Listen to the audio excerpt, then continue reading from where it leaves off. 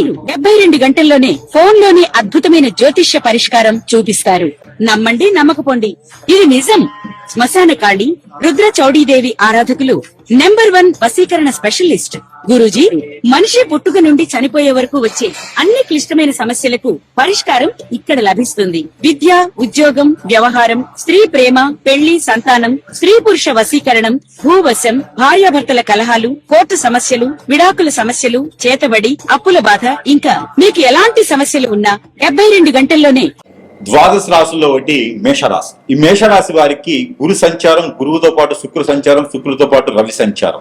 ఈ యొక్క జూన్ 2వ తారీఖు మారేటువంటి గురువు వలన ఈ యొక్క మేషరాశి వారికి, అంటే ఇప్పటి వరకు చూసినట్టు దగ్గర 3వ స్థానంలో ఉన్నటువంటి గురువు 4వ స్థానంలో సంచరించడం ద్వారా మేషరాశి వారికి అశుభ ఫలితాలు కాదు, మిశ్రమ ఫలితాలు కాదు, శుభ ఫలితాలు మాత్రమే ఉంటాయి. ఎందుకంటారు కనుక మేషరాశి వారికి శని భగవాన్ యొక్క అశుభ దృష్టి 12వ స్థానంలో శని ఉన్నాడు కాబట్టి, 11వ స్థానంలో రాహు ఉన్నాడు కాబట్టి, రాహు వలన అలానే శని వలన ఇబ్బంది పడుతూ, భంగపడుతూ, బాధపడుతూ, రోడ్డు పడుతూ ఉండేటువంటి మేషరాశి వారందరికీ కూడా కొంతమేర ఉపశయనం అని చెప్పొచ్చు. ఎట్లా అంటారా అంటే, బాగా ఎండలు కాస్తున్నటువంటి 48 డిగ్రీలు ఉన్నటువంటి ఎండలో మనకి బాగా తొలకరి వర్షం పడితే ఎలా ఉంటుంది, ప్రాణం చల్లబడినట్టు ఉంటుంది. అదే విధంగా మేషరాశి వారికి ఈ గురువు 4వ స్థానంలో రావడం వలన అన్ని రకాల ఇబ్బందులు తొలగిపోయేసి అన్ని రకాల సానుకూల పడేటువంటి వాతావరణం కూడా మీకు లభ్యపడుతుంది. అంటే నమ్ముతారా? ఖచ్చితంగా నమ్మాలి.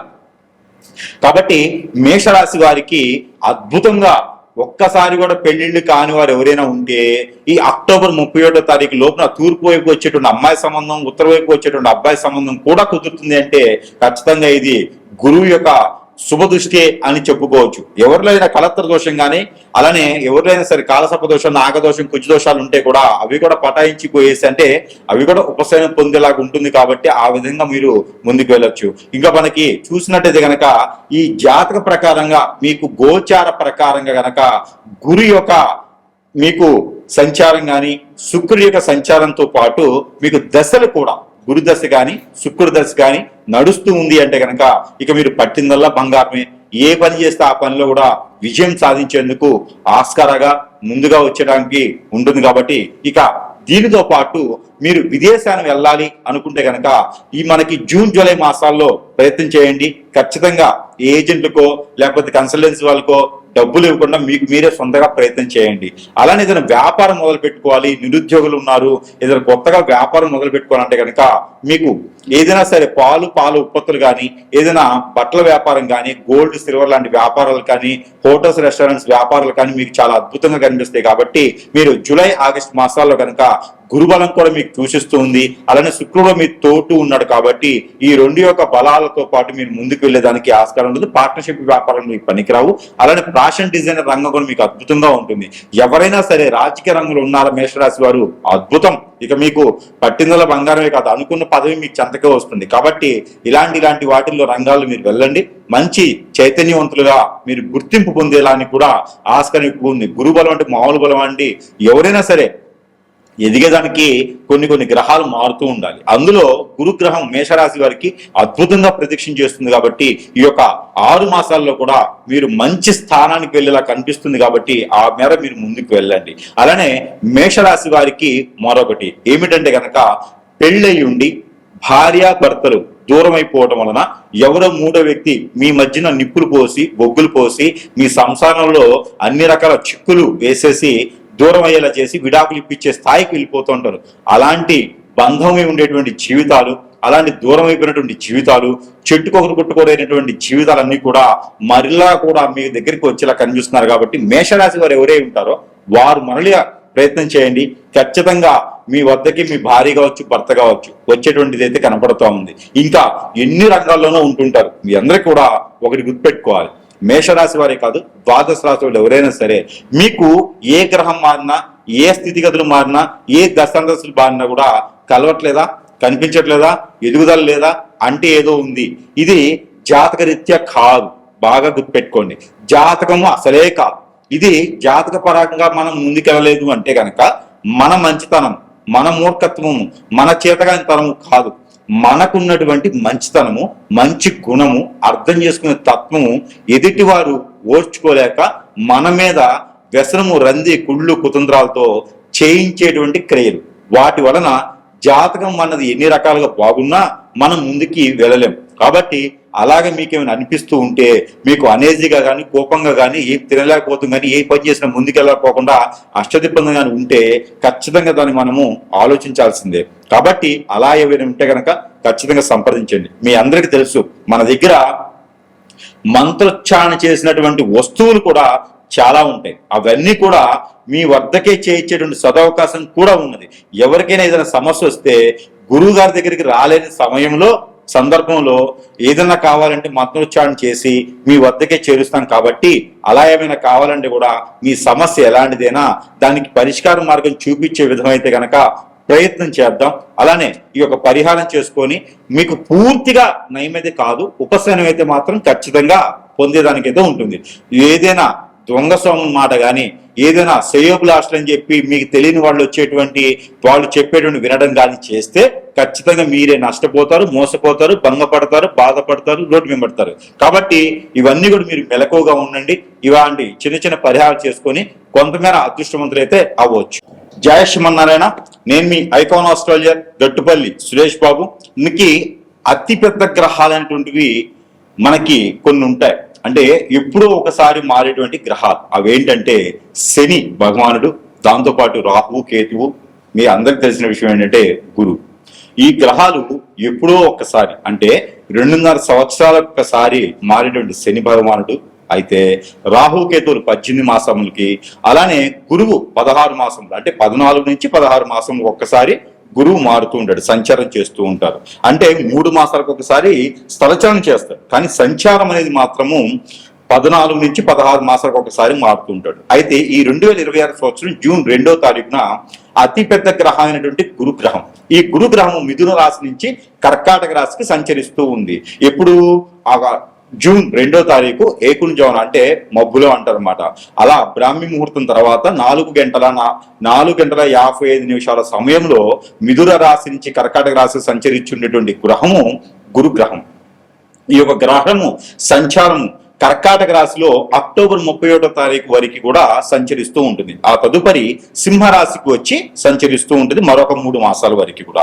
అయితే మొదటి 3 మాసాలు ఏవైతే ఉన్నాయో ఇది కర్కాటక రాశిలో సంచరిస్తూ ఉంటుంది. కాబట్టి ఈ తదుపరి 3-4 మాసాలు కూడా ఈ సింహరాశిలో సంచరిస్తుంది. కాబట్టి మనకి ఈ 6 మాసాల నుంచి 7 మాసాల వరకు అంటే జూన్ నుంచి డిసెంబర్ వరకు ఉండేటువంటి గ్రహస్థితి ప్రకారంగా మనకి ఈ యొక్క 12 రాశుల వారికి ఏదైనా మిశ్రమ ఫలితాలు, శుభ ఫలితాలు ఏమైనా ఉన్నాయా, ఏమైనా అశుభ ఫలితాలు ఉన్నాయా, ఎవరికైనా సరే నైట్ గా ఎదిగేదానికి కానీ నైట్ గా కోల్పోయేదానికి కానీ గ్రహరీత్యా, ప్రకృతి రీత్యా, అలానే దశ అంతర్దశల రీత్యా, అలానే గోచార ప్రకారంగా కూడా ఈ యొక్క గురుబలం ఏ రాశుల వారి మీద ఉంటుంది, ఈ గురుబలం ఛాయ వలన ఏ రాశుల వారికి అసలు గురువు ఏం చేస్తాడు అనేది ఒక్కసారి మనము పరిశీలన చేసుకుందాం. అందులోనూ ఈ గురుబలం అనేది ముఖ్యంగా వాడే దేనికోసం అంటే శుక్రుడు గురువు.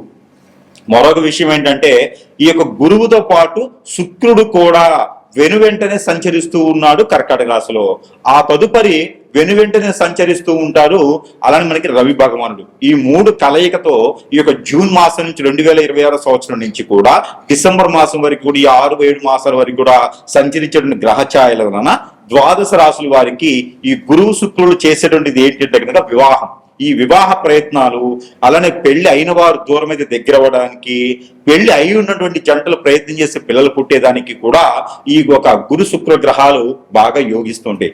జీవితంలో మనిషి ఎదగాలి అంటే వారికి శుక్రబలం కానీ గురుబలం కానీ ఉండాలి. అది వారి జాతక ప్రకారంగా, వారి యొక్క నక్షత్ర గోచార ప్రకారంగా, దశాంతర ప్రకారంగా కూడా నీకు గురుబలం తక్కువ ఉంది లేదా దీనికి పరిహారం చేసుకోండి, నీకు శుక్రబలం అసలు లేదు, కలత్ర దోషం ఉంది అంటారు.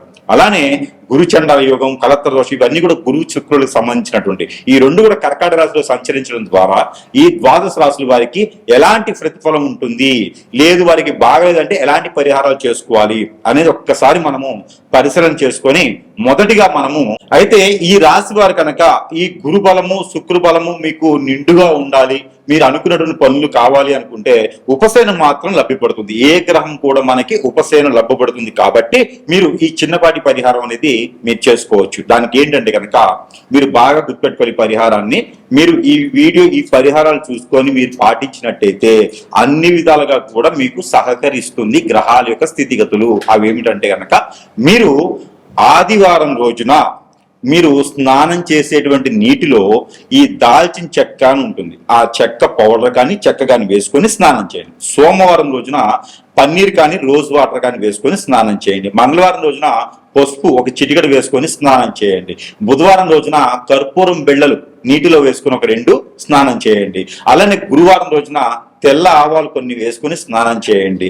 శుక్రవారం రోజున మనకి చున్నం కానీ లేకపోతే గనక కుంకుమ కానీ వేసుకొని స్నానం చేయండి. లేదు అంటే గనక ఇలాచీ కానీ, లేదు అంటే గనక లవంగా కానీ అక్కడ శుక్రవారం రోజున ఏదో ఒక వస్తువుని నేను చెప్పిన వాటిని వేసుకొని స్నానం చేయండి. శనివారం అయితే గనక మీరు ఖచ్చితంగా ఉప్పుతో కానీ లేదా నల్ల నువ్వులతో కానీ ఒక చిటికెడు నీళ్ళలో వేసుకొని స్నానం చేయండి. ఇలా గనక మీరు స్నానం ఆచరించినట్లయితే ఒక గురుగ్రహమే కాదు, ఒక శుక్రు గ్రహమే కాదు, ఒక రవి గ్రహమే కాదు, ప్రతి గ్రహంకు ఉన్నటువంటి నెగిటివ్ నరదిష్టి మీ మీద పోయేసి ఆ గ్రహాల యొక్క స్థితిగతులన్నీ కూడా మీకు సమపాల కూడా వస్తూ మీకు అన్ని విధాలుగా బాగుంటుంది.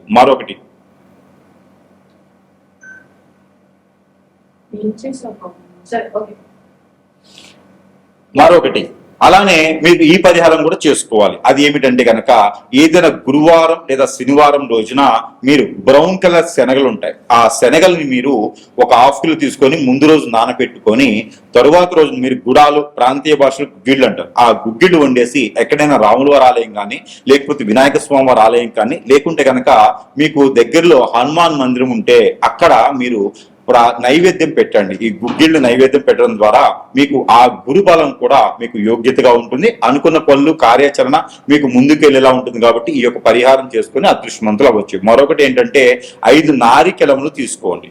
ఏదైనా గురువారం రోజున ఇష్టదైవం దగ్గర లేదా మీ కులదైవం దగ్గర మీకు నచ్చినటువంటి ఆలయానికి వెళ్ళండి. అక్కడ ఈ 5 నారికేళములు కూడా సమర్పించండి. ఈ సమర్పించి ఏ చెప్ప కూడా ఇంటికి తెచ్చుకోవద్దు, అన్ని 10 చెప్పులు అక్కడే వదిలివేసేయండి. దాని ద్వారా మీరు అనుకున్నటువంటి కార్యాచరణ ముందుకు వెళ్తుంది. మీరు అనుకున్నటువంటి పనులన్నీ కూడా గోల్స్ అన్ని కూడా క్యాచ్ అవుతూ ఉంటాయి.